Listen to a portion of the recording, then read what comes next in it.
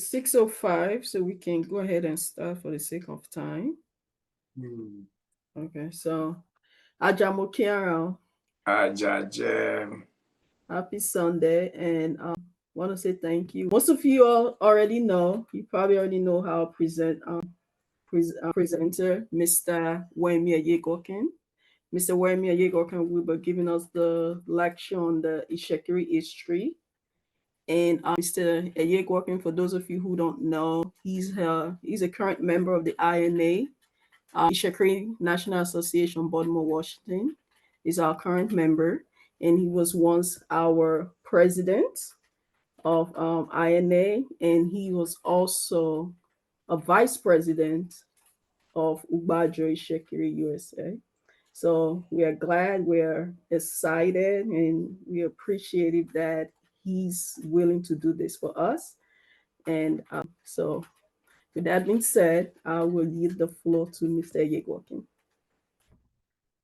So, Thank you very much. And I want to say good afternoon to everyone. Ajamo Kiangao. The topic we want to deliberate on today is a brief history of the Itsekiris. I want to also thank Ubajo Next Generation for inviting me to speak to on this very important topic. The history of migration of people or people moving from one location to another is not new. It is still happening today. As a Christian, the Bible in Genesis chapter 7 tells us how God saved Noah's family of 8 during the flood that killed everything on the surface of the earth. And in Genesis chapter 11, the Bible let us know that everyone was speaking the same language and wanted to live in one place against the will of God. And for that reason, God confused their language. And that was the beginning of migration as we know it. When there are troubles, there are misunderstanding, war, people move. And also for economic reason, people move from place to place. The Itsekiri is a group of people who has one language, one people, one heritage, and one king. And the Itsekiri are a very unique nationality or tribe in the Niger Delta of Nigeria. They are synonymous with Warri, their main city, and Ode-Itseklulu, or Big Warri, which is the ancestral home of all the Itsekiris. The Itsekiri hometowns and villages are located in the following local government in Delta and Edo State. In Warri North, we have Itsekiri communities, predominantly most of them. In Warri South and in Warri Southwest, we have Itsekiris also in Sapele local government, in Owie local government, in Okwe local government, in Udu and Etiop West, Etiop East, Ikpubaoha, Ovia South, Ovia Southeast, Orionwa, and Oredo in Edo State. The Itsekiri communities, we have so many. There was a time we documented, I think it was almost like 100, but not all of them are very prominent. But in all of these towns and villages, many of them are prominent, and we know many of them. And I have a long list. I don't think I want to read all 200 or 300 towns. But in each of the local government area where the Itsekiris are found, I will mention a few of them, and maybe you may know something or have heard about them. In Warri South, we have Ajetan, we have Ajamoga or Ajamimoga, we have Ajigba, we have Ajaneshimi, we have Egbokodo, Ekurede, Ikpisan, Ifiekpuru, Ijala, Inori, Obodo, Omadino, Urugbo, Ukiri, De Itsekiri, Ubeji, Ugbori, we have Usele. We also have Ugbodede, Bumagwe. And if you go down, we have if we go down to another local government where you find Itsekiri, that's just a few I mentioned there, it's more than that. In Warri Southwest, we have Shilu, we have Ajudaibo, we have Akpakpa, we have Batere, we have Dele, we have Ijala, Madaro, Gidigben, Ugborodo, we have Olobe, we have Bobi, and we have Katu, we have Ugwegugu, to mention just a few. And if we go to another local government area, which is Warri North, all these three local governments are predominantly owned by the Itsekiri. They were broken out from Warri local council area, which was the Itsekiri local council. We have Ugbodudu, we have Abiuborodo. These are the ones in Warri North. We have Bresibi, we have Egoro, Ebokiti, Ebrohimi, Bokoda, Japa, Koko, Korobe, Tibu, Oreye, Autonlila, Ureju, Udo, Obaroro, and we have several others. And if we go down to Delta Central, in Sapele local government, we also have communities. And we have Obontie, Bekoko, we have Ajimele, we have Enaso, and in Nowhere, which is close to Warri, we have Ugbolokuso. And in Okpe, we have Ajogoibo, Ajatiton. And when you go to Edu local government, we also have communities there. And in Etiop West, you have Efrokwe, Brifo, Obito Para. And in Etiop East, we have many, many more. We have Utumara there, we have other communities. The ones I want to go to is the ones in Edo State, where we have some of our communities living in that side of the council. They are in a different state, but they're still Itsekiris in Ajoki, in Ajamimora, in Ajatito, Kolokolo, in Ologbo. You have them, I think there should be Korobe should be listed there as well.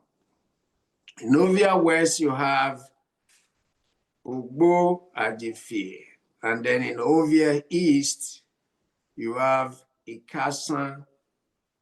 And in Orioma local governments, we have Abudu and some other communities. All these were Itsekiri communities in different places. I'm excited when I speak about the Itsekiris because they're special people. Before the advent of the Benin Prince, Guinea, about 1475 AD, the people of the present day Ugborodo, Omadino, Ureju, Okoto, Mirigbo, and Inori were already living in the land now referred to as Warri Kingdom or Aliwere. These people were already there before the prince came. And when the prince came, something happened. The migration that set up these communities must have started several years or several hundred years before the prince came in 1475. And in fact, some historical factors say they have been on the land from the 11th century. They've been around in these places. And growing up in Ugborodo, we were told the simple fact that they didn't know where they come from. They came from the waters. But with history, we have now known some of the facts from where all of these people came from. The migration of the Omadino people, they came with their leader. He was called Lenua, now referred to in Omadino as Nenua or Baudi. If you go to Udelemo, in Udelemo, they still refer to their king there as Lelua.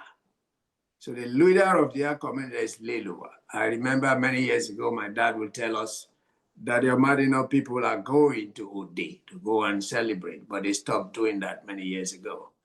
They came during the Great Migration of around 1250 AD.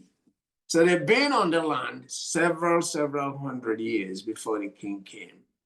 The prince came from Benin. The Ogborodo people may have migrated from Dahomey in the present-day Benin Republic through settlements in Yoruba land before reaching the present-day Ogborodo. Ogborodo was founded by 3 brothers and 2 friends. Olajori, Abome, and Onye are brothers, and Koromini and Eluko came to join them. In the present day, the 5 communities constitute Ogborodo community. Namely, we have Ode Ogborodo, we have Ogidigme, Ajutaibu, Madango, and Jala. There are reasons all of these communities are connected to Ogborodo, maybe because of children moving from one location to the other, or marriages moving people from one place to the other. The Ureju people, Ureju was founded by Olero and Kulukulu, and the national anthem of the Itsekiri today, Araluriri, which which was adopted in the 80s, was a song rendered to their deity.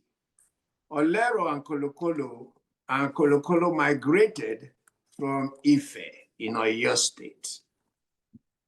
So basically, most of the migrations came from the Yoruba. Okotomirigbo, the leader and founder of the Okotomirigbo, is called Itsekiri. And sometimes when you read in some books, it will say his name is actually Itsekirimi. And he migrated from Igala in the Nupe area of Nigeria. Their language is very similar to our language and to the Yoruba language, and he came to settle in Irigbo. The Nori people was another group that was on the land before the prince came from Benin. The communities was founded by a leader called Ogumaja. They migrated from Ode via Igala. So, like I said earlier, most of the people who came to this region came through the Yoruba and migrated from that part of Ife and some other vassal states of Ife and came to Warri, or the area we now call the Warri Kingdom. The Oba of Benin, Oba Noah, or Oluwa, some would call it, the 14th Oba of Benin, he was a very unpopular person with his people. He knew his eldest son, Genoa, will not ascend the throne after his demise.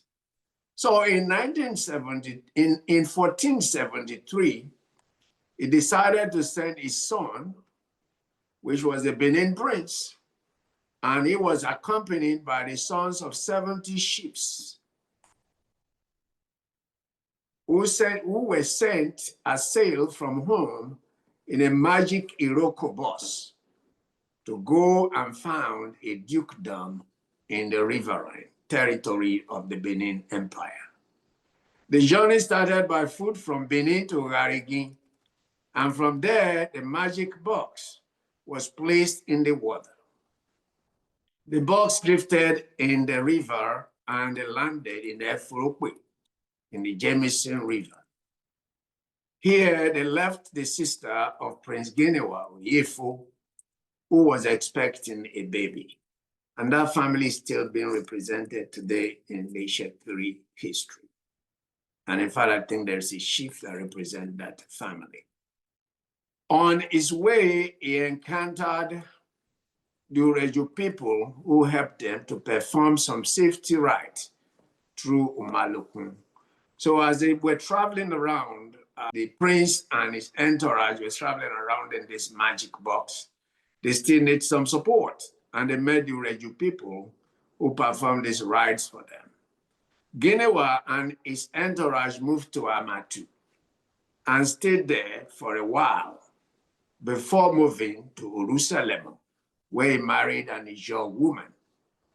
The Ijaw woman's name was Derumo, who had two sons for him, Ijijen and Erame. Ginewa moved from there to Ijala. Ginewa moved from Jerusalem to Ijala, where he died. The story behind that is a long story, but I don't think I want to dwell on that. We're just talking about who are the Itsekiris and where did they migrate from. They came from Benin, they came from Yoruba, they came from everywhere. But the circumstances of their movement from Jerusalem to Ijala is a different story, and we can come to that some other time. But if you hear that word Jerusalem, it's what it just we call Oru, like a god. And Selimo is what it just normally called the Itsekiris. So the Itsekiris live in a place, and they just call that place Jerusalem. And so they identify that these are a group of people who are staying in this particular place. But after the death of Ginewa, his son Ijije succeeded him, and he moved to Itsekiri, where he established a monarchy. And the story of his migration, how he was able to get to Big Warri and all that, is a long story as well, because we were told that he didn't want to remain there because his father died and he wanted a different place to stay. But Ijala is still a very important place in our history, because that way you have the royal cemetery. And they used a debut to find a suitable place to move. And he threw the sword, I think it's a sword or the Dempako, that led them to Big Warri. When Itsekiri, who was in Irigbo, saw the majesty of Ijije and his entourage, they acknowledged him as Olu with these words. He said, Muri Olu, meaning I see the king of things, because of the magnitude of the people that came with him and the royalty. They accepted him as their king. And whilst they were in Big Warri, the Benin kingdom was still looking for the prince and the people to bring them back. So they sent a warlord from Benin by name Ekpenede, who was sent by the family to go get a prince and the chief's children, but they were unable to reach them in Itsekiri. Due to the river and dust, they decided to create a community and stay on the land. Ekpe did not return to Benin, and all the people he brought with him, they remained there, and that community we call Okere community today in Warri. They came to try to bring the people back, but they were not able to get there because of the water. From the time of Ginewa to the present day, the Warri kingdom has had 20 Olus, and the current Olu is the 21st Olu of Warri, His Majesty Ogiame Atuashe III. During this time of all these rules, there was an 88 years interregnum with no Olu, and no Olu was on the throne from 1848 to 1936. And before then, the last Olu was Ikebua. And during this time, the Itsekiri operated a system of government during the interregnum. And the system of government operated from 1851 to 1894 was what we call the governorship system, or it's called Govini. That's what they call them. So you have Govini, Diari, Shaninomi, Ulum, and Nana from 1851 to about 1895. And then from 1895 to 1932, Chief Dor Numa was the political agent and paramount chief of the Itsekiri nationality. The Itsekiris have come a long way.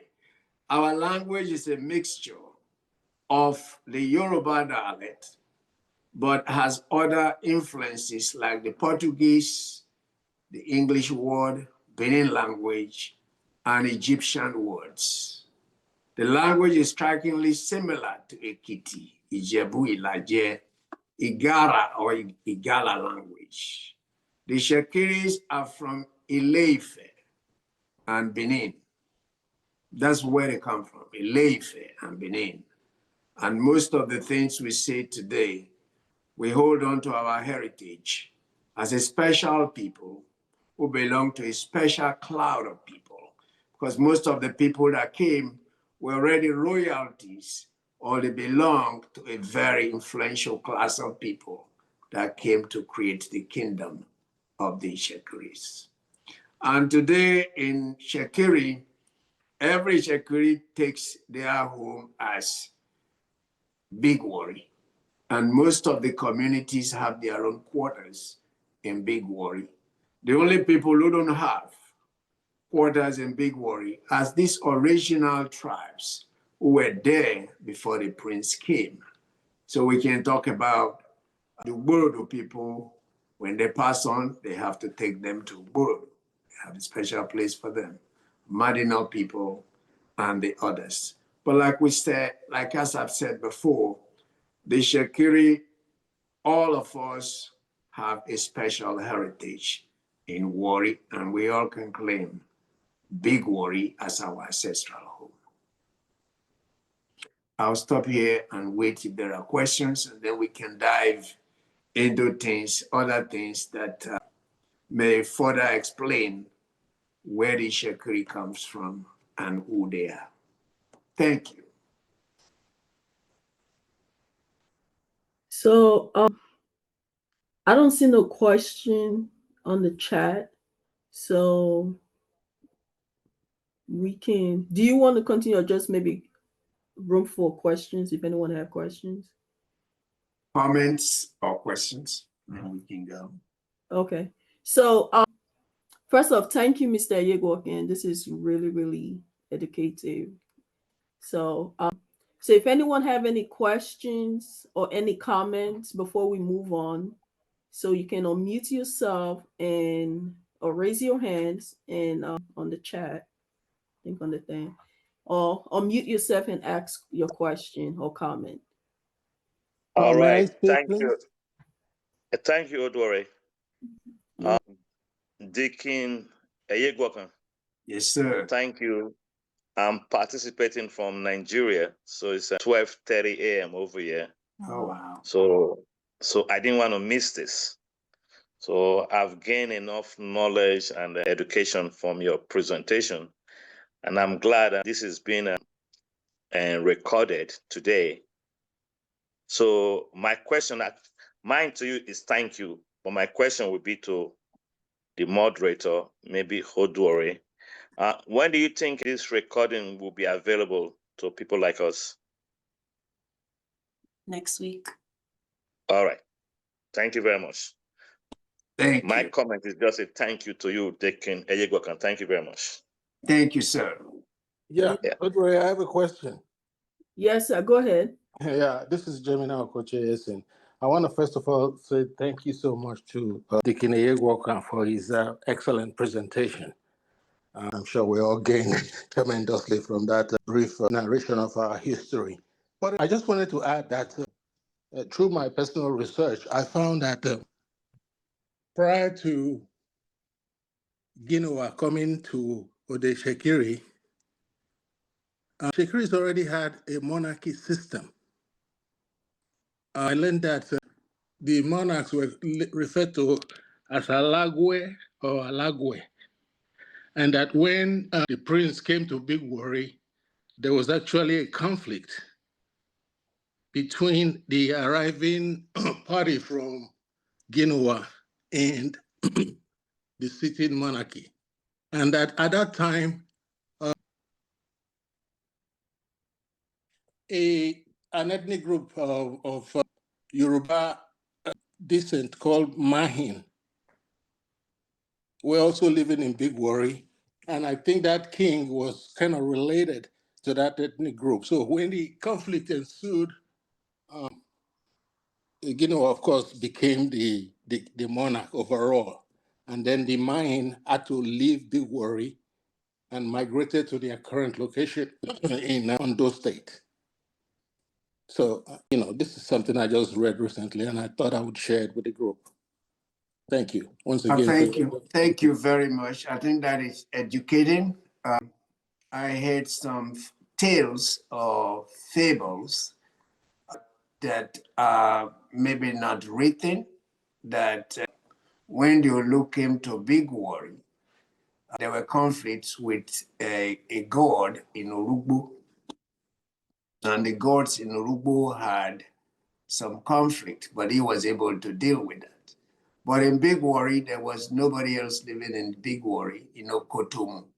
There was the Itsekiri. Itsekiri, he was not Elijah or Manhim. He was Igala. And some of us who come from that community knew that the history was that he was the one right there in Okotomu when the Olu came. And we have a song that they sing in Irigbo about Enewigbo, Enebuara, Enerigbo, Enefuaru. Is a song like telling the Olu who live in Ogbe that we are the original people of the land, even though the rights of leadership or kingship has been handed over to the Olu as the king of Iwere land. And there's also something they said that the tribe, the land, the whole land will belong to Iwere, but the language that will be spoken will be Itsekiri. I've read some books as well that will talk about a man, him. I think they just group everybody who was speaking similar language like the Lajes and group them together. I'm not sure I have that fact correctly, but I think that was what it was. The Shekiris were not in Laje. Most of them that came from Ode, Ife, Dahomey, and places. So we could also, through intermarriages, also feel that, okay, we have some Elijah within us. But I am not very sure of a king that existed, but even in Ugborudo, if people say something like Olajuri, Olajuri, and Olajuri has also, people have also used that fact to say he could call himself a king. And the Omadino people, they came from Ode, and they call themselves Otin Nenua, and Nenua is supposed to be Lelua. So they could say they're coming from a royalty too, and they have their king. But the only prominent king that we knew that happened and that started the nation of Itsekiri is the Benin Prince. There was no other one who was there before. If they were there before, maybe it's their royalty from their own places, but it was not established as the king of the Itsekiri kingdom or the Wari kingdom. So the only one we know is the Benin Prince, and that is the lineage that we still follow to today, even though we don't say this is the lineage of Guinewa or this is the lineage of Ijije, but we still say the Guinewa II ruling house. That was after the interregnum, and then we have Guinewa coming. And then from there, we start to move on with what we had today. And we have the 21st Sulu of Wari. And basically, in the Itsekiri, we still talk about the Gogomaru. And most of the people in the Gogomaru, some of them are not even in that group, but they are all children of MI. I ahead of a king who the Olu fought with. But I know he came, and because of his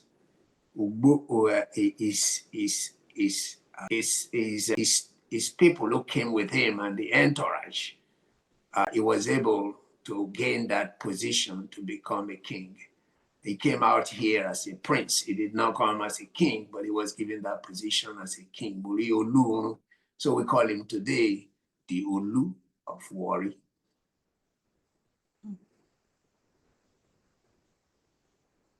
Any other question or comments? Yeah, question. This is from Wayne Okupa. My question is just the clarification from, especially with the conflict in the Warri area. So when the Guinewa or the first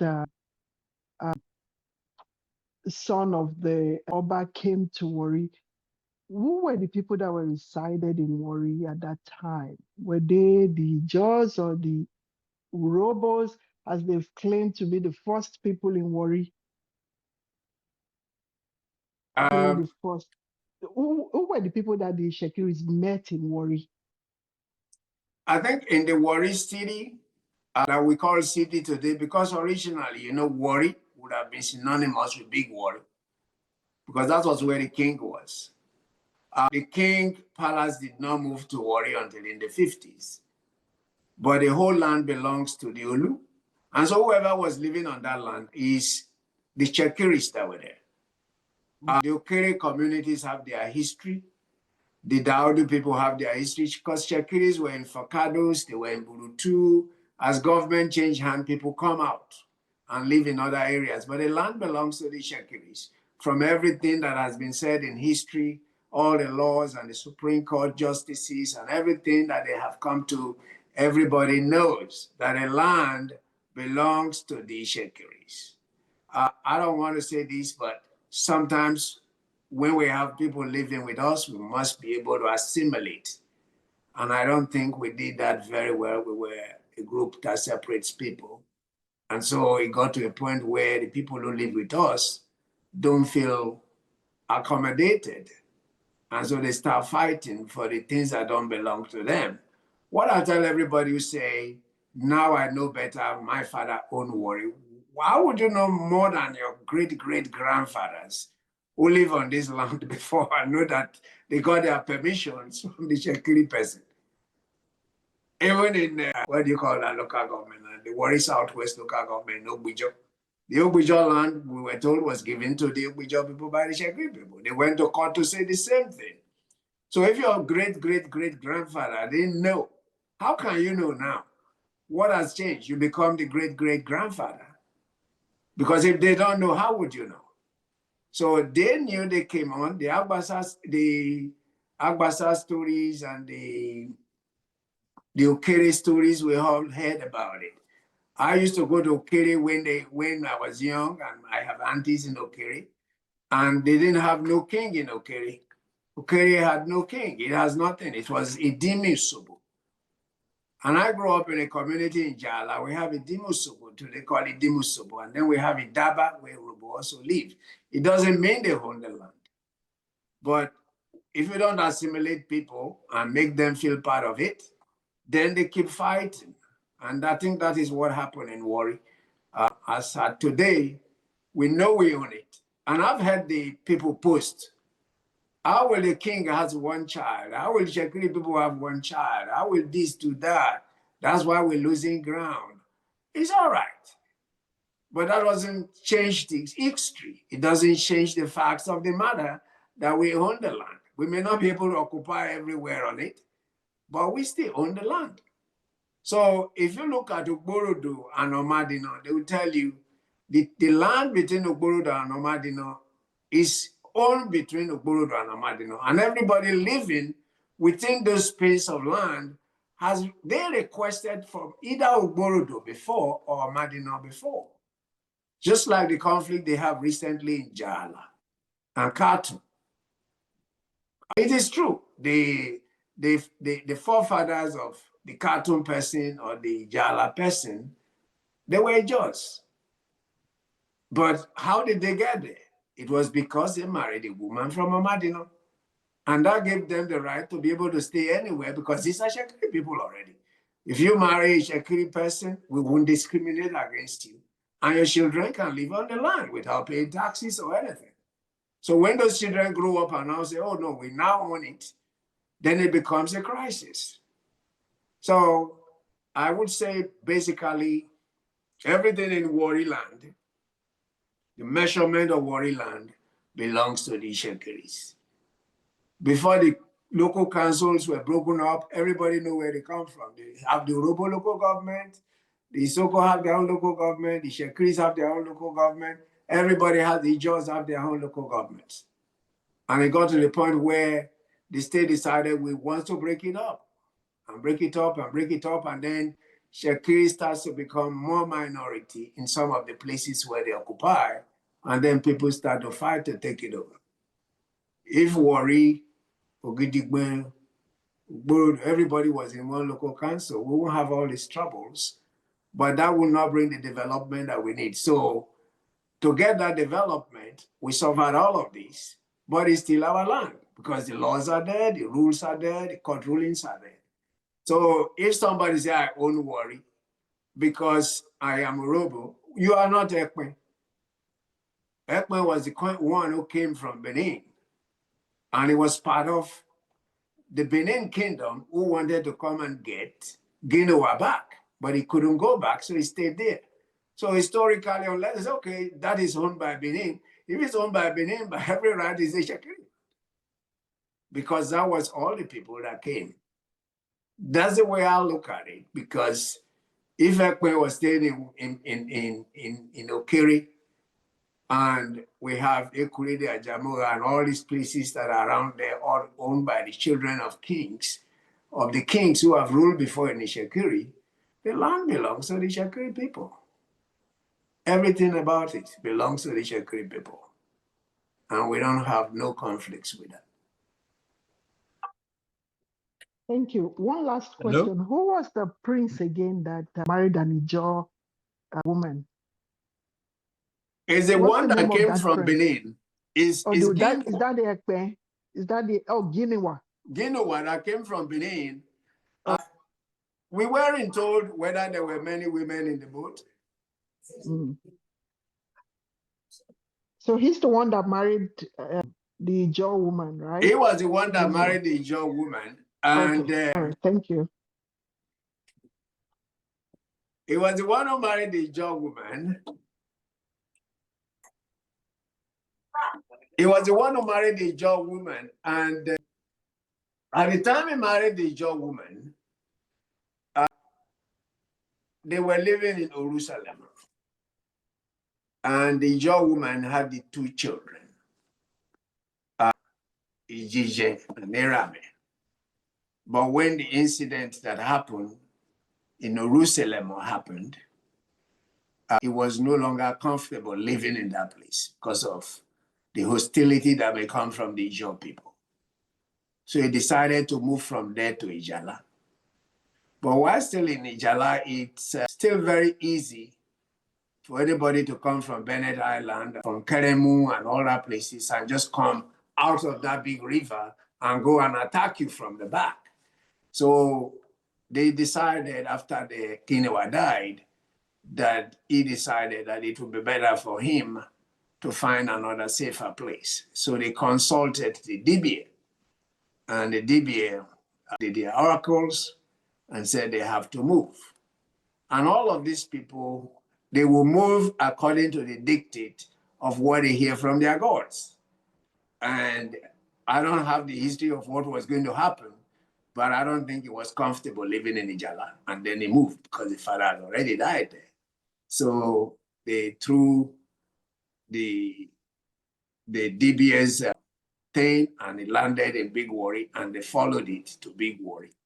But when they got to Big Wari, as we call it today, or Itsekiri, there was somebody living there. So, and that's not the only person that came from the Ijaws as a wife or husband. There's so many. Even the Gogo Maru today, their mother was also from Ijaw, from Isaba. So there's that mixture, but it doesn't change who we are. We're still Itsekiris. And Itsekiris, we have all kinds of people in Itsekiri from different tribes. The Robos are there, the Jaws are there, Elijahs are there, British people are there, Portuguese is there, and we have had a Portuguese king. And all sorts of people belong to this kingdom. And we like them, we love them, and we don't discriminate against them. So I know if you have been reading a few years after this Olu came, there's two classes in the Itsekiri. We have the Otunlu and we have the Omajaja. And then they were trying to bring in more class. I'm not a lover of classing people. If you're a king, you're a king. And if you're from the royal family, if you want to claim it, you can claim it. But if you're not from the royal family, you are a Majaja. And it's simple. But those classifications are there today that some people support. But as I don't call myself Prince, but I'm from Ikegbu, I'm from Alubo. I will not go to anyone and say I'm a prince. My mother is also from Owala, which is also from the royal family. But I don't go out there saying I'm a prince because my father was not a king and my grandfather was not a king. But in that lineage, there are some kingship in it. That's why those who came from Benin will always say, yeah, we're from the royal family. Some other families would say the same, but not everybody claims to be king or prince. Thanks, Deacon Yegonka again. I just have a couple of comments to make. While I was in Warri, I took time to visit the palace. I met with the palace admin, and I saw some great books on the shelf. What I want to encourage us to do, those of us who have it where we thought to do it, we know we have our Itsekiri history in Big Warri. It's at time we start claiming a mark in Warri City itself. I've been talking and encouraging people that we should have a major museum in the city of Warri, because not everyone can go to Big Warri. So where people that visit can go to that museum and read and get lectured about Itsekiri, because a lot of people are begging and seeking to know about Itsekiri. Itsekiri, from time we've been a kingdom, we've established trades outside of Nigeria itself. So we need to speak this so that people will hear. If we don't speak it, they will not hear.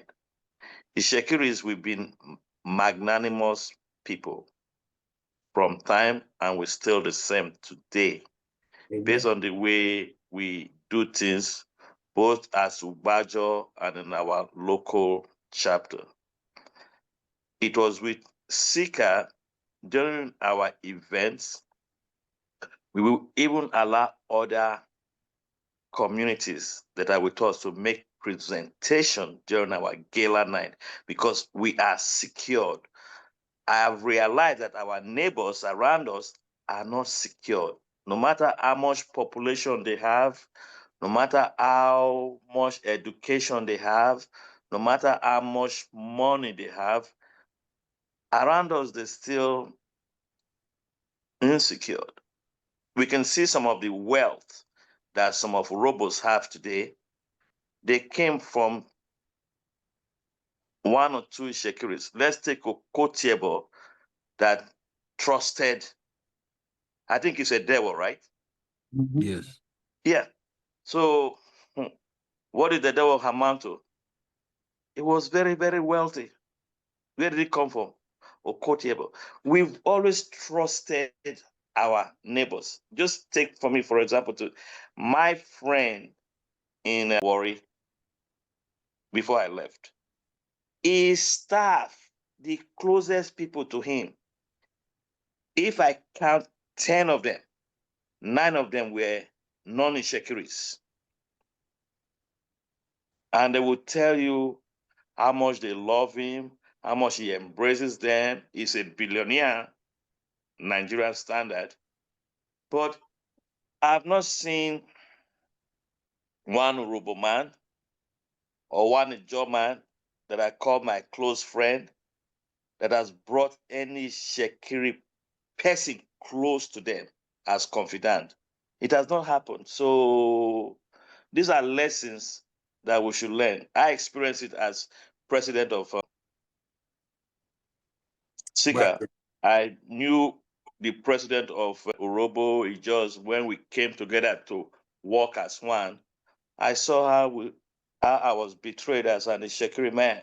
So I would encourage us anything we have to contribute to, because when it comes to money, we don't have it like them anymore. When it comes to education, where we used to beat them, we are not leaders there anymore. When it comes to numbers, we are not there anymore. So we should have a means now to tell our story, just like we've done in the past when we have the Rwanese, the Yorubas will not allow anyone to come and mess with us. The Benis will not allow anyone to come and mess with us. We don't have that big brother anymore. So I know, Mr. Dikinayego, you are a master of history. So for our young ones, if you want to expand on that, I wouldn't mind. Thank you very much. thank you, sir. Thank you, sir. Yeah. To put something on the ground in Warri has always been the desire of Ugbajo. But with what the Shekiris have done with Warri, now when you hear the slogan on the radio, or on the TV, on the internet, it's like Warri belongs to somebody else. And because most of the areas of Warri, where you are in the Uwe area, the Efunu area, even though the Efunu land, half of everything in Efunu is owned by the Shekiris. It's owned by Ugbolokposo. And that's why they put a market there that they couldn't open for several years, because Even the name, court. even the name Efun, Yeah. I'm sorry to jump in. Efun, you know what that means. You know, it's not, there's no word per se in the robot that says Efun. You understand? Yeah. Go So ahead. the Ugbolokposo community owns that land. And the story of how the Ugbolokposo people got there is also an interesting story in Big Warri. When the person who founded Ugbolokposo decided to move from Warri, from Big Warri to that place to settle. And he was supposed to be the king, but he didn't want to be a king. But on the process, his son or daughter and the son and daughter of the king or daughter of the king got a relationship, and that created a problem that made him move to Ugbolokposo. And all that land there belongs to Itsekiris. We are not on the land as we should be. I know some chiefs went there now, they live in there. We have people on that land. And then those days when we were in Warri, it's beyond Urobo College, it's all Itsekiri land. But then they start moving the boundaries as they create local councils. And then they move it all the way up to First Marine Gate or somewhere and say, now this is a different local council. And then the Itsekiris don't have right over the NRA junction and everything becomes somebody's house. We as Itsekiri people have to have more interest in developing our own place, putting universities, putting colleges, doing all of that in our own land. And that's why I like the idea of putting the Warri University. Bitugbo, because nobody can argue that with you. But if you put it in any way in Warri, the argument will still come one day and somebody will stand up and say, oh, it's closer to me, it's in the layout or whatever, so it's in my land or it's in, if you put it in Merogun, then the people going to Omia will say, oh, it's on the way to our community. So somehow we need to look at how we established this. I was in Big Worry recently, and I saw the bridge coming over there. I know when that bridge come down, and there is a way to move things and move vehicles to that place and all that, then we can put things in those places. In Ubode there, the one thing I say about the Itsekiri Ijaw War is like it was a blessing because places like Ubeji, Ife, Ajetan, all these places within Wari would not have opened, even Ugbori and Ekurede.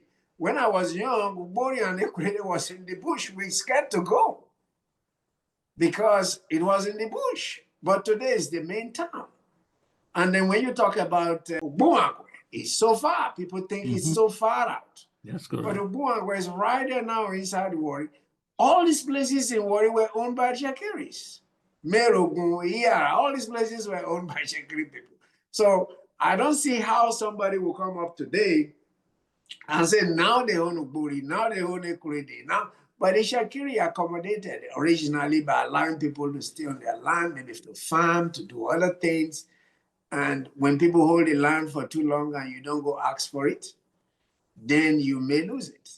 So that's where we are in Wari. But I think history tells everyone that the land belongs to the Itsekiri people. Thank you, Deacon. Let me add one. Thank you, sir. Let me add one thing.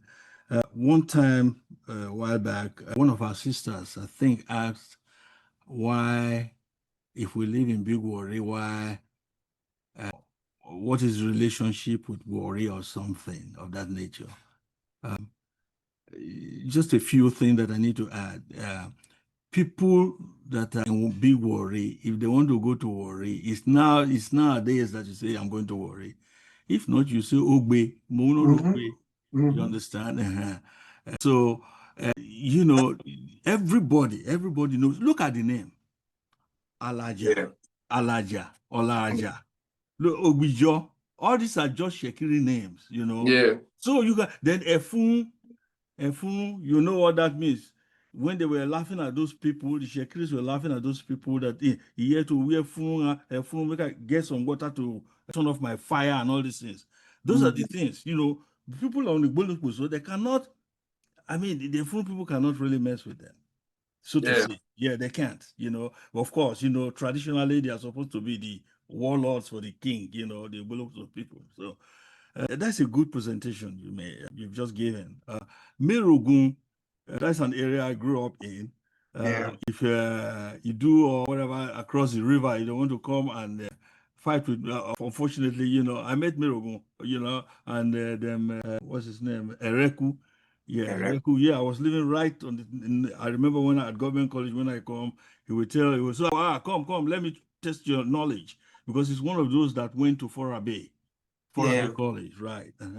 Then even Mr. Durin, you know, on Sido, that's Sido. Yeah. Grave is still there. That's my grand uncle, or my maternal grand uncle. So what happened is that Itsekiris, you know, is what the President said earlier. I think we are kind of a little bit slow. You know, it's not lost yet, and it will never be lost. But I think we're rather slow in, you know, asserting our you know, right. And Itsekiris by nature, they don't want to be aggressive. They cannot be aggressive. And I think that's what is helping us. You know, we are very refined and well-educated people, if not these days, you know. Perhaps we still have to really focus on the younger ones, you know, make sure that like what we're doing now, this is excellent. I was telling my wife, my daughter actually logged in a few minutes ago, and then she kind of had to go and take care of my grandkids. So, but you know, we need to. There are so many other younger ones that I still need to tell here. You know, log into things like this. You know, it's going to be very, very helpful for us. It's an excellent presentation. I really loved it. You know, Thank you, sir. Okay, one hand is raised up, so I will let her ask her question, Maureen. You can go ahead and ask your question, and then we have a question on the chat as well. So, hello, Uncle Leo. Do, Marine. Yes, Uncle, I think Mr. Onuwaje was talking about the museum to have a museum in Warri, right? Yeah. And I think you answer my question, because if we put it in Warri, there's an argument we're going to be fighting in a couple of years. Where in Warri? Yeah. I know they have one in Ife right now, and I've been there before. Mm-hmm. It's not very, I mean, it's not up to date, but it's very big and has a lot of information. And you can go from Ubeji to that place. It is not too far. And Uncle Skelly was talking about Itsekiri people, the lands we own. You talk about the lands we own too, right? I know at least from Garage before the burial ground there to Besu Market to Ereku to Iyara is owned by Ereku, the Ereku family. Mm-hmm. So they own a lot of that land, but Itshekiris are too liberal. Yes. Uncle, I don't know me. Nobody sat me down and told me about my Itsekiri-ness. Like, I know from my friends what they know about their culture, where they were told. Nobody tell me you can marry this, you cannot marry this. You know, we were very liberal. We were very open. Yeah. So as we grow, those children don't have that sense of their place. Yeah. There are some Itsekiri boys now that during this whole coronation thing, they came from London, that our king is empowering now. If those people become something tomorrow, they don't know anything about the Itsekiris. Because they grew up in Lagos, they went to the UK, that is where they met, and they came back. They don't know anything. So if you put those people, even that is where we are losing our ground. Because the people of today, very few people knows about the culture or have that culture, what will I say, alliance. Yeah. Because a good 96% of Itsekiri, they are not Itsekiri boys, they're not married to Itsekiri girls. Correct. So where do we start to talk about this thing to keep our heritage? Because whether we like it or not, Uncle Onuwaje said something which is so true. 25 years from now, I pray Itsekiri is not extinct, because Ijaw people, their goal in life is to defeat Itsekiri at any cost. Don't even talk about Orobo. So what is the strategy that we need to put in place? So is it to teach? I know now what you are doing right now, thank you, is very, very informative, so that we know where we come from and we know how to think about our culture. Because like I said, if we have an Itsekiri person, even in a position, they will not think about their place. We've had governor recently. His village we can't get to it. Everybody knows Ogara today because of Ibori, whether we like him or not. His culture was a passion for him. What happened to us? What do we do going forward to the next generation? That is my contribution. Amen. Thank you. Thank you. Thank you. Thank you. I hope that Itsekiri don't get extinct. We may not be on some of the lands we are now, but I'm not sure anybody will take command enough from us, even though they just say they want it.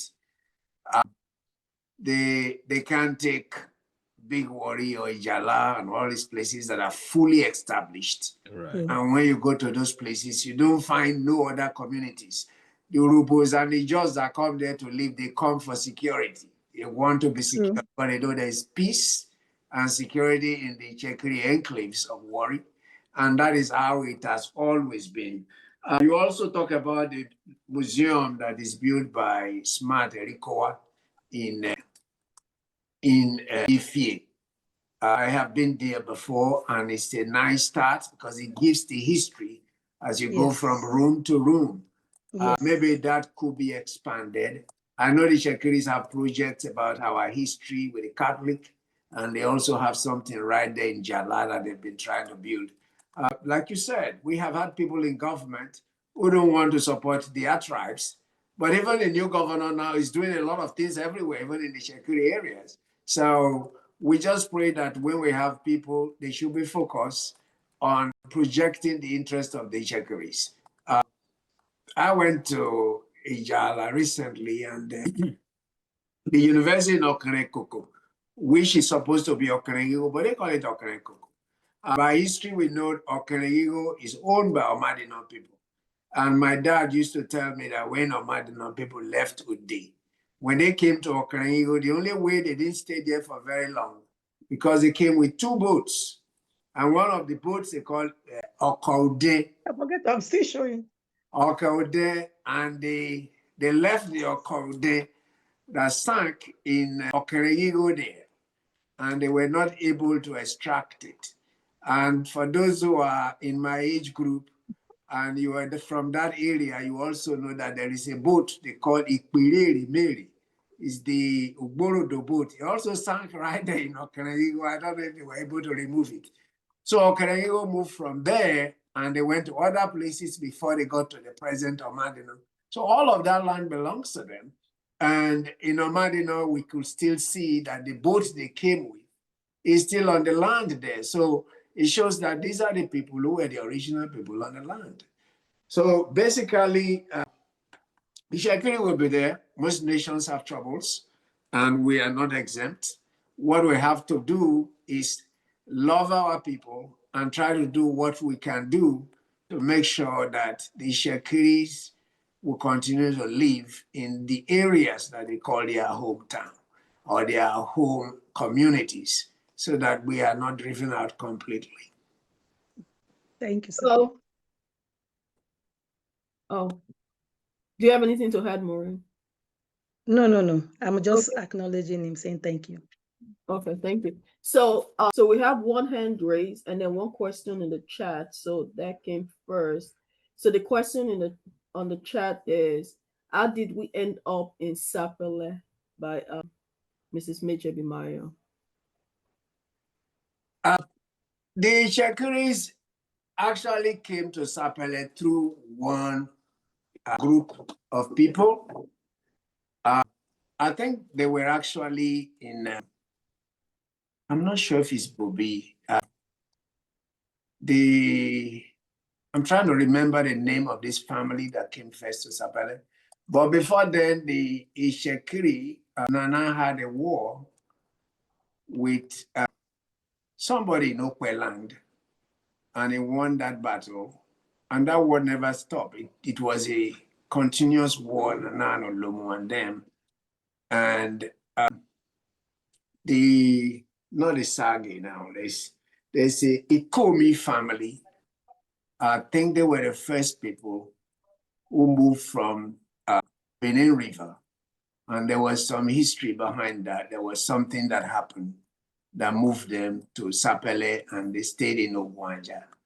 And when they came, there were not many people in the area, but that wasn't our original place where we stayed. The Itsekiri did not start there, but one person from the Itsekiri family came to live there. And then it became a popular destination for other people in Oku, because in those days, there were no schools in most of our communities.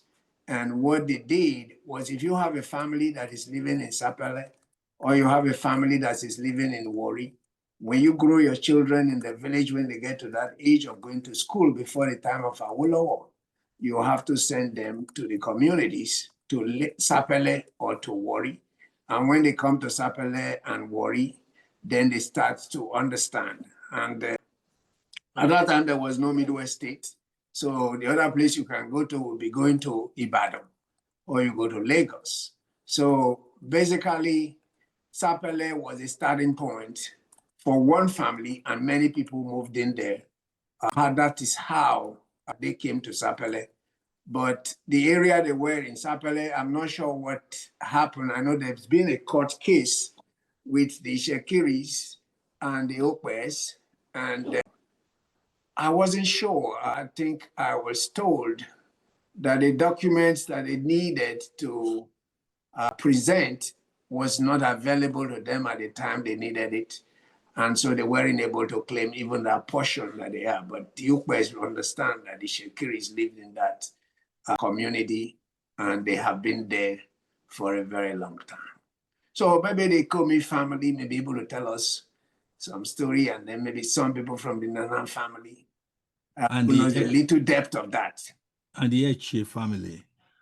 If you look, I lived in Sapele too myself, in fact, I went to council school, I know my dad went to that CMS school close to, I forgot him, by Boyo Road and Yeah. yeah, my dad, my father-in-law, and so many people. That school has been there for such a long time.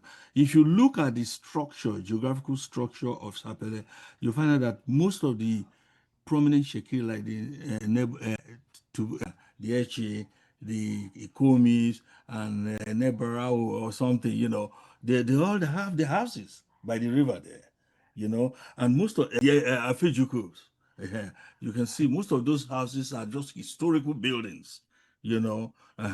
So, and of course, the word Sapele is not really Shekiri word, it's not even the Okbe word. I think it's the name of the mangrove, the type of wood that they see there. It may be something that is given by the Spaniard or something. But you're right. There was some sort of skirmish between the Cocoa people, Nana, and some people there that made all these things go, and then they looked for some documents to support that, and they couldn't find the document. And that is a rarity, because one of the things that is saving Shekiri now is we have documents to cover most of these things. But before I leave, let me quickly say something. There was a time, perhaps that thing we have to exploit that. On Guinea Road in Wari, there was this uncle that died. He came to your house when they had the convention in Washington a long time ago. I think it's Doctor, Ayomike. no, not Yomike, Doctor. I know that person. I just don't know the name because I know that Yes, house. I forgot it. Doctor B or something. Doctor Mark. Doctor Mark. Yeah. When he came, there used to be a place that they wanted to create for Shekiri Museum. In addition to that, in what's it called? Jala. In Jala. In fact, my grandkids went there to the Jala, and they couldn't stay long because ants started biting them and things like that. So, so they all just ran away. But they didn't tell me. I would have told them to prepare themselves before they did. Yeah. So there's something that they had, a little small thing that they had in Guinea Road in those days. I don't know how far they have gone with that, but I think, whoever brought up this idea, that is perhaps one of the things we can explore. I will be so happy if Ubajo can take it up, even if it involves individual contribution, not part of raising money for anything. Let's contribute. It doesn't have to be once. We can start contributing 2-3 years from now, and then do something. Let's do something. Ajamokian. Thank you. Thank you very much. Ashe. Oh, do you want to? Yes. Daddy, thank you very much for the history. And the part that I enjoyed the most Thank you. was the Ishakiri communities in all of these various places. I grew up in PTI. That's where my dad worked. And I know for a fact that even up to where their king palace is owned by the Shakiri, the Bolokoso people, right? Yeah. Because it's so big.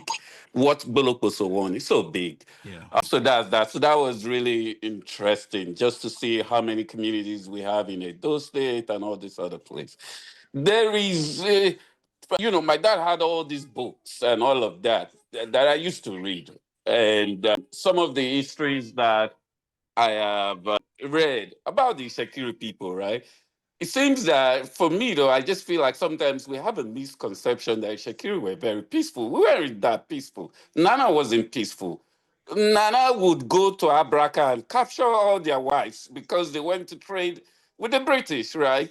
And they had the Nana War, this thing, right? And, my mom used to tell me that, where they have main market or the sawdust, this thing, and, where the job people have taken over in Warri. The Yeah. Shakiri people use, if they catch you in their water and you are fishing without paying rent, they go there and drive you. Yeah. Right? So we'll go there and we'll drive you because you have to pay to go and fish. You don't just walk into our community and start fishing, right? Or if I take my great great grandfather, Misi Mate, right? His own Akuja was Akpo Yibo Sono because they fought for something, right? Yeah. And I believe we as the Shakiri people, right? We can choose to continue to say we are very peaceful people, we are very quiet, and they will take all our things, right? Or we can stand up for who we are because the Benis, like somebody said, the Benis will not come and fight for us again. The Yorubas will not come and fight for us. We have to stand up and say, okay, if we really want all these lands we're saying they're taking, then Yeah. we have to stand up for ourselves and say, you know what? Yeah, enough is enough, right? Because I'm an enemic big papa and an enemic big papa. So Yeah. Thank you. Thank you. Aka for Gumenu, but Over Shaki. So yeah. the good thing about the wars and things Nana and them fought, we always talk about economic war and cultural. There are some cultural war where the Olu would send people and say, go capture that place for me. I want to expand my kingdom. But there are some that are economic. My great grandmother, Kumabe, they were living in Japa before they moved to Bruhimi, and that war came. Mhm. And it was an economic one. Nana was able to escape, and they came back, and that is how cocoa started. There was no cocoa before Nana came back from exile. The land in cocoa was a small community of for Baba or Jomba. Jomba was a Yoruba man from Omadino. He used to come around cocoa area to fish. And we were told in history that him and his wife didn't have no child. And they were using the water side there to plant cocoyam. And they would stay a little bit right in on the Iburu compound in the water side. And one day was going out and he found this calabash when he was fishing. And they call it Iriumi. And they brought a calabash, which he worshipped. And then the wife was pregnant and had a child. So basically, the Shekiris will fight for some things. But in our history, most of the things we do was more diplomatic. I know Nana fought a lot of war. He went to fight in different places with the Jaws and all that. But most of them was diplomatic. And I think we're still using the same system. Even when the fighting started with the different wars with the Jaws and the Robos, the Shakiris were never the aggressors. They were always defending themselves.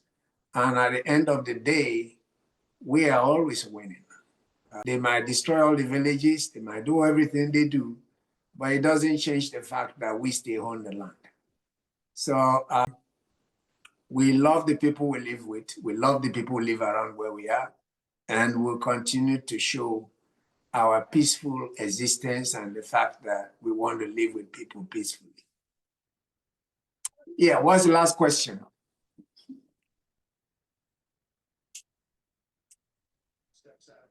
I was gonna just say something about what Maureen said about strategies in going forward. What can we do to survive as the Shakiris?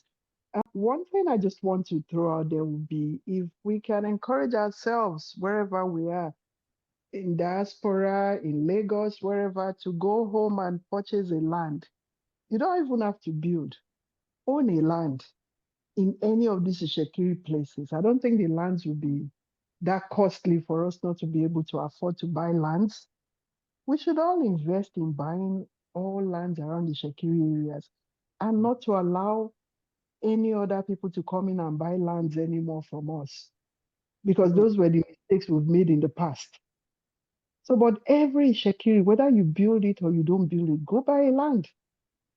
And that's a way we can keep our possession to ourselves.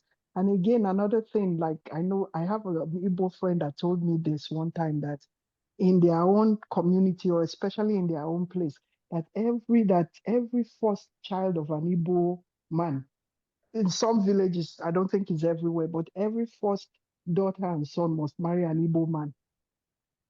And then their parents don't care if the other ones will marry outside Igbo. So that's the only way the Igbos keep themselves and they grow. So you can, if they have 5 children, the first 2, the boy and the girl, they will make sure they marry in the Igbo community so that they don't leave or they don't go outside. And if there are some things, even those of us that have made the mistake, we've all gone far, we're not in the Shekiri community, we can also pass this on and encourage people back home in Shekiri places too. Because I know the Robos will say, oh, as for the Robos, we know they marry plenty wives, so the Jaws do the same. The Shekiris are not that way. You know, we're small people, we don't marry that, we don't have many concubines and wives. But again, we can still start by allowing our firstborn to be in the community, find the Shekiri girl around the community and marry an Shekiri. That will help us to keep ourselves together.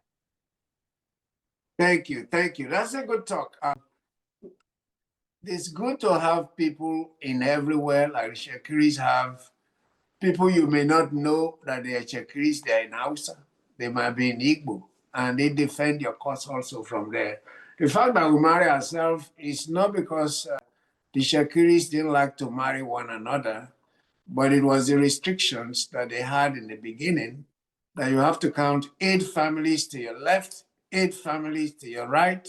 Yes. You can't marry first cousin, you can't marry second cousin, you can't marry third cousin, a fourth cousin, a fifth cousin, a sixth cousin. You have to count and count.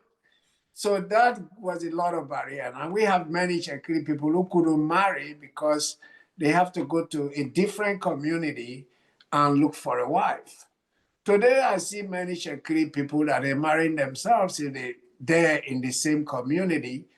Shekiri, yeah, if the person is not next to you, don't know them. So those that are next to you is who you will marry, but we can encourage people to stick. I'm not a proponent of saying don't marry somebody because of a tribe, but maybe we can put a distinction and say Shekiri don't marry Honorable or don't marry Joe. Then it's a problem already because you're creating a problem. But wherever they are going to marry somebody, be sure that it's somebody who love you and they will not kill your children because they are Shekiris. Because we have come to war before with the Jaws and they kill the Shekiri children. That's right. They kill their Shekiri's wives and they kill their Shekiri's in-laws. So I think that would be a disaster for us if we go to people who are ready to eliminate us, because when we have those children, they may not even trust those children as their own. So I still have families who are married to Ijos and families who are married to Robos. They're still my family. But I will not have the mind to kill them. But maybe they had the mind to kill them. But we just pray that the rules have changed a little bit. I think when Atuashi, the second, came, it made it simple that if you are third cousins, that's it. If you don't know each other, like I'm the other can give my son, can give his daughter to my son. Well, the wife is from my company in Coco. And then when we go and count, it can be third cousin or fourth cousin. But then when you get home, they say, no, age. You know, then they spoil everything. But I think Olu said, after the third cousin, if you don't know yourselves before, you can get married. You know yourself when family gather. But if you are in the same village, even your 7th cousin is just like your street. It's like your best brother and sister. So we'll be praying for that we marry those people we love and marry those people who will respect us as an heritage, not the one that will love us in the midnight and kill us in the morning. And then that is what I just think will be right. Thank you. Okay, there is no other question. I want to round up with this. I have a small thing I wrote down here. Can I just say something, please? Yes, sir. Yes, ma'am. Thank you, Mr. Yegwakan, for all this information. Thank you, Auntie. I am so curious. I looked at all those local government areas, right? Yeah. And I know that my mother, I know she's from Koko, but they resided at Mosoga.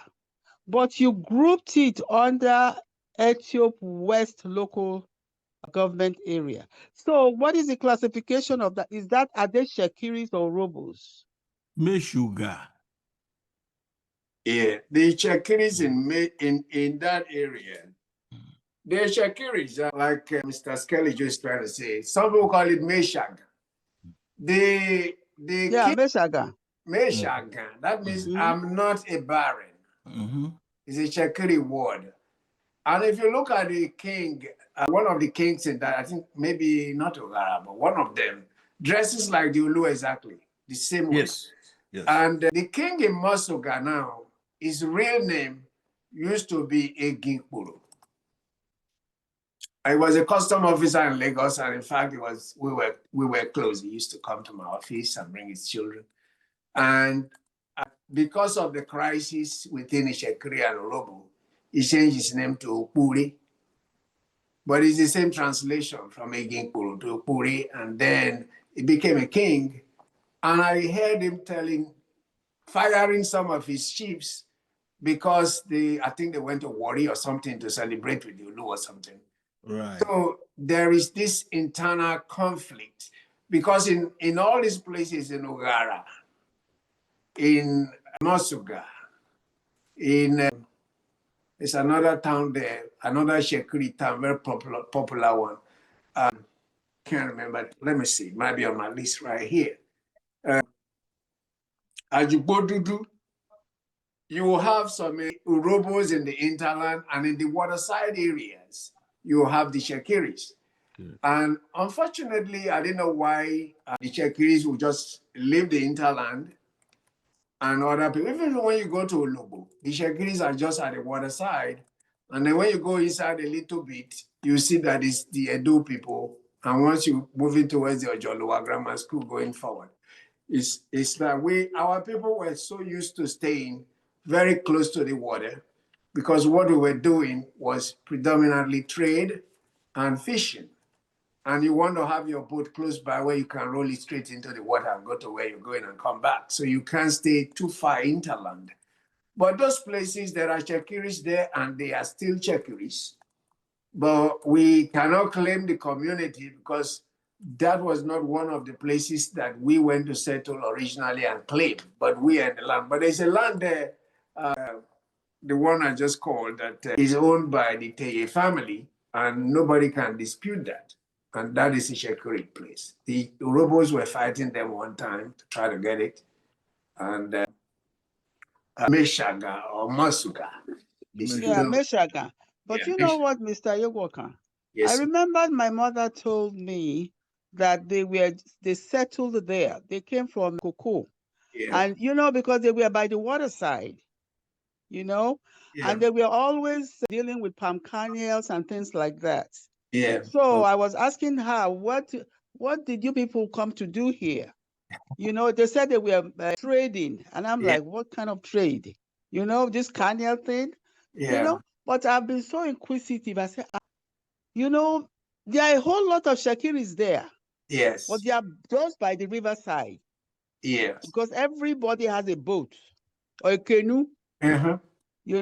Because that's what they use. I remember when I was very little, my mother would put us in the canoe and we will go to another village or another community to buy stuff. And, so I didn't know the classification. I was like, are you people Robo? She said, no. Am I speaking to Robo? I said, I don't even understand what you're speaking. So I was so inquisitive. I wanted to know whether Mosoga, was a Itsekiri, was I say, if it was part of the Itsekiri, because all you are saying now is only Wari, and all those community by Wari. That's the only thing I can now say that they are Itsekiris. Is that what you're saying? Oh, no. We have Itsekiri communities in some other local council area, but they live in those community. They didn't own it like we own the Wari local council. Because when they had the different community, when we used to be in Midwest State, everybody has their own local council before they council it. You hear this is Western Ijaw, this is Urobo. I should have listed all the original things, but it will just tell you that these are the different tribes. And the Itsekiris were in different places, like in the ones in Sapele or where all these places, they were Itsekiri people. They moved there, they lived there, they have their communities there, they live there. And but the ownership of the land is contested. They are not telling them to move because they own where they are. They Okay. own it. It's their community. So we have many Shakiris towns like that all over Edo State. Like my grandfather, Eyeg Walker, he didn't live in Jala that long. He was living in Ekenwa in Benin. Mm. And he has a community there that he lived on. But he didn't own that community. It belongs to the Benin people. And that was where he was doing a palm oil and canal business with the British people. So Ishakiri migrated to some places and live and stay there and enjoy it. It's like in Alaja waterside, once you arrive in Alaja by boat, everybody on the waterside they speak Shakiri because Nana put a lot of people there, but doesn't mean that that land is his own. So because of their influence, they were able to stay in places and live in those areas. But because of civilization, they won't want to take people's things. They know where they came from, like your grandmother said or your mother said they came from Cocoa. They know where they came from. They're from Cocoa. So whatever happens, they will take them back to Cocoa. But that's where they were living is still their land. Thank you very much. You're welcome, ma'am. Okay, and Dr. Thank you all for listening. We learn every day from our history. We learn every day from where we're going. But the important thing is that we are Shakiris, and whether we're in America, or we're in England, or we're in Wari or Sapele, we are Shakiris. And we should identify with the Shakiris and promote our culture so that the culture will not be missing. Even when we become children of God, we should incorporate what we're doing and remember our Shekiri people, because that's where we come from. Thank you so much, and thank you for listening. God bless you all.